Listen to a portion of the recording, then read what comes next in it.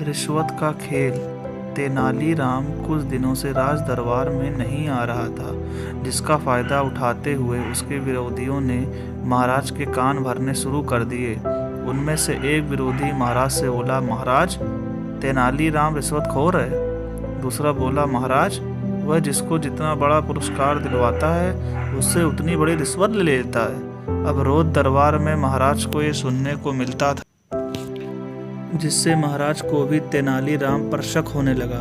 जब कुछ दिनों बाद तेनालीराम ने राज दरबार में आना शुरू कर दिया तो महाराज ने उससे कुछ कहा तो नहीं, लेकिन अब उससे कुछ भी पूछना उन्होंने बंद कर दिया।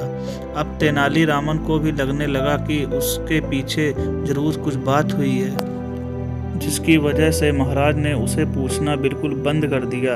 एक बार दरबार में बहुत सारे कलाकार आए थे। उनमें से तेनालीराम ने एक को छोड़कर सबको पुरस्कार देने को कहा, लेकिन महाराज ने उसका बिल्कुल उल्टा किया। उन्होंने सारे कलाकारों को खाली हाथ ही भेज दिया और उस एक को ढेरों इनाम देकर विदा किया। महाराज का ये रवैया देखकर तेनालीराम अपने आप को अपमानित महसूस कर रहा था। वहीं तेनालीराम के विरोधी ये सब देखकर बहुत खुश थे। एक बार दरबार में एक गायक आया।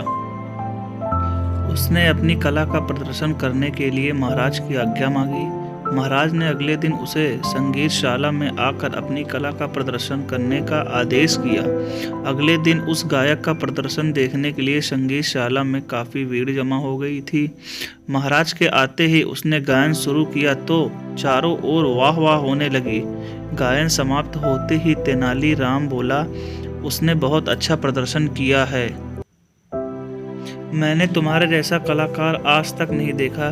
तुम्हारे प्रदर्शन के लिए तुम्हें कम से कम 15,000 मुद्राएं मिलनी चाहिए। महाराज ने तेनालीराम की ओर देखते हुए बोले, सच में तुम्हारा प्रदर्शन तो काबिले तारीफ था, लेकिन तुम्हें देने के लिए हमारे पास इतना धन ही नहीं कि हम तुम्हें दे सके। बेचारा गायक निराश होकर अपना सामान बटोरने लगा। तभी तेनालीराम ने एक पोटली लाकर उसे थमा दी।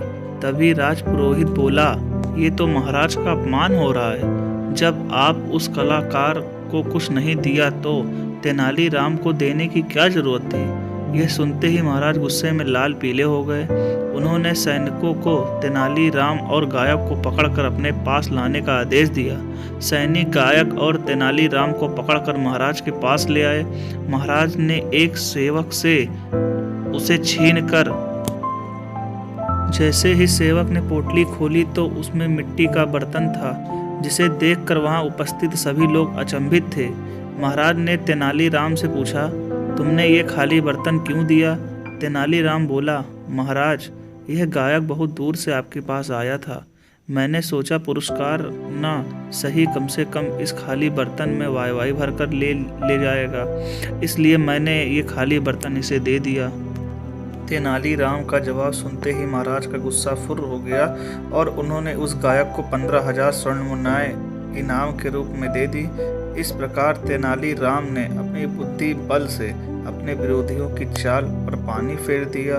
अगर ये आपको कहानी अच्छी लगे कृपया चैनल सब्सक्राइब कर दीजिए, लाइक कर दीजिए। Thank you.